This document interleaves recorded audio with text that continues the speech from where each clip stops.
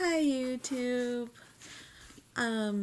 So basically I'm making this video because I recently found someone who is in the YouTube community and she said that I should make a video about my background in the field of addictions when it comes to my career and also my thoughts about people with addictions. Now, just from the very beginning on how I started my journey into this career, I grew up in a family where my father was a major alcoholic.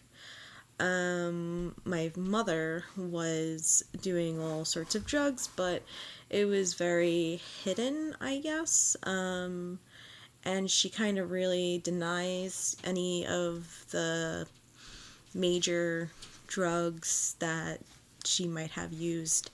But the major issue I had within my family was alcoholism. My grandmother on my mother's side was an alcoholic. My mother's father was an alcoholic. My father was an alcoholic. My brother is an alcoholic. So I was facing, the dynamic of a family member having an addiction, and when it comes to alcohol, it seems as though my cat's really distracting me right now. That the accountability of the addiction really doesn't happen very often, and without getting help, that addiction can really ruin your life, such as liver failure. And in regards to liver failure, I lived with a roommate who was going through the end stages of liver failure, and I was the only one who noticed it, and I got him health care that he needed. But one reason, one of the personal reasons why I moved to Portland, Oregon from New York was that I moved in with my girlfriend, who I was dating, not just a friend, in New York after our Hurricane Sandy. Hurricane Sandy hit a part of New York, and it was her part of New York, and so we were in a relationship for a little bit, and we decided to get the next step and move in together. At that point, she did tell me that she used to be an addict, and it was mainly painkillers. And she just made it a point that she no longer does it. But when we moved in together, things started to go wrong. A lot of it had to do with financial stuff. I wasn't working at the time, and I did have money to pay rent, and I felt like I was the only responsible one in the relationship. And so everything we purchased for our new apartment was under my credit card, and she said I would pay you back. And, that never really happened. It was a toxic relationship that ended up being very abusive. So, but part of that relationship was she was going through health issues, and anytime she would go to a hospital, they would give her painkillers because she has a major medical issue. And at the time, she was on Suboxone. And I noticed that a lot of people in her job asked her for some Suboxone, and I never really understood it. Any sort of addictive qualities behind Suboxone, or why the anxiety that she was having getting low on Suboxone, having the guilt of giving it to other people, and all that stuff. And what really tipped the relationship was when she went on Adderall. Now, she didn't go on Adderall for ADHD. She actually went on Adderall because her doctor said that she needed to lose weight in order for her condition to get better. And I was really majorly against that. I was like, really, like, you're prescribing this person Adderall to lose weight? That's just, and this person has addictive qualities, and the doctor did not know that. But anyway, she went on Adderall, and that made her into a person who gets enraged. And at that time, I was suffering from depression and anxiety and being in this relationship, worrying all the time about finances and stuff like that. And it got really bad to the point where it became domestic abuse. And, but anyway, I moved out of that apartment. It was really tragic. It probably was the most horrible relationship I was in, and it was unfortunate that I was I was living with this person. I felt like I finally reached a point where I'm in a relationship with someone and I am set, like we are living together, you know. But I came to Oregon and I lived in a basement for a while. But the way I got into the clinic that I work in now was I was researching and I noticed this organization that is well known in Portland, Oregon, and I had some interest, and so one of the positions that were open was for a UA tech, and I was called for that.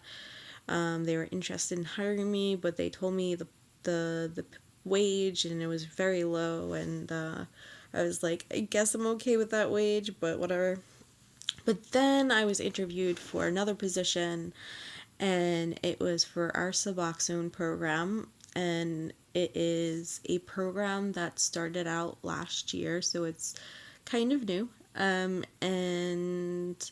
I was hired to be the jack of all trades. So basically, what my job entails is I do urine analysis, so I do drug testing on every single patient there. I provide milieu support, so within the clinic, I escort patients to a room where they dissolve their medication.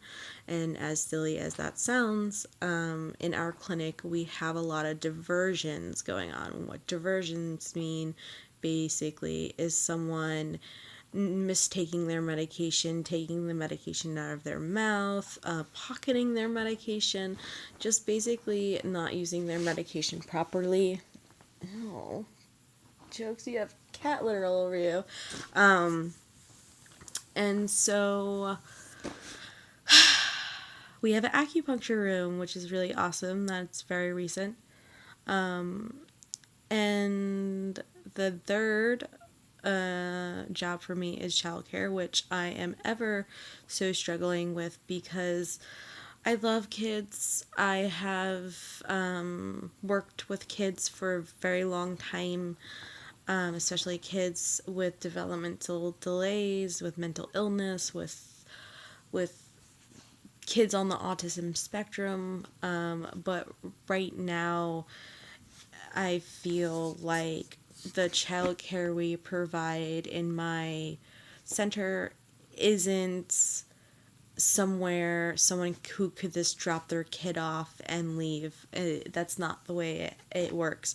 So in order for someone to drop their child off in daycare, they would have to be engaged in some sort of treatment in the clinic, which is group or one-on-one with a counselor, or dosing. That's what we call it, dosing. And a lot of the mothers who drop their kids off usually take advantage of the child care. And a lot of these mothers are DHS involved, so I have to be very careful and see if there's any issues that arise. And, trying to regulate a child who has been brought up in chaos is so hard to do, because a lot of these children are taken away from their mothers because they relapse, and then the children come back to the mothers, and the mothers are so stressed out because they're still in recovery, they're still really trying to take care of themselves, and now all of a sudden they have to take care of a child who is acting out and stuff like that. But I think I'm going into too much detail with that. But if you guys have any questions for me, feel free to ask. And I think this video isn't good enough for a YouTube video, but I'm gonna upload it anyway because I put my effort into it. I still haven't talked about my opinion in regards to addiction, because I'm on the other side of addiction. I can't say I have never suffered from addiction, because I have had addictive qualities about myself, but usually that was under certain circumstances and stuff like that. I feel like now that I work in a facility for people with addictions, I get to personally know each patient and start like getting accustomed to their behavior, their environment, how they talk with one another, how certain things about their life are triggers, such as hanging out with friends or meeting someone at that recovery center and that one person relapses, so you relapse. It's just a lot of chaos, and it's really hard for them, and it's really hard for them to come to the clinic every day. Honestly, it's because they're still using drugs, so in order for them to get their medication, they have to come into the clinic every day. If you become sober for like 90 days, you get takeouts, so you get that. But a lot of these patients, even things like THC, will require you to be engaged by coming in every day. Yeah, I don't know. I don't know what else to say about this. Maybe I'll make another video about my own personal experience with addiction when it comes to other people, because like I said, I have addictive qualities, but I never have been reliant on a substance that I overused or misused. So anyway, that is my video. It's 13 minutes long. I think I'm going to make a better video. I mean, at this point, I feel like these videos are just like just a constant conversation. I will try to make better content as it is more requested out of me. And if anyone has any questions, I am willing to answer. So it's at 14 minutes, so this is going to be interesting to upload, but peace out.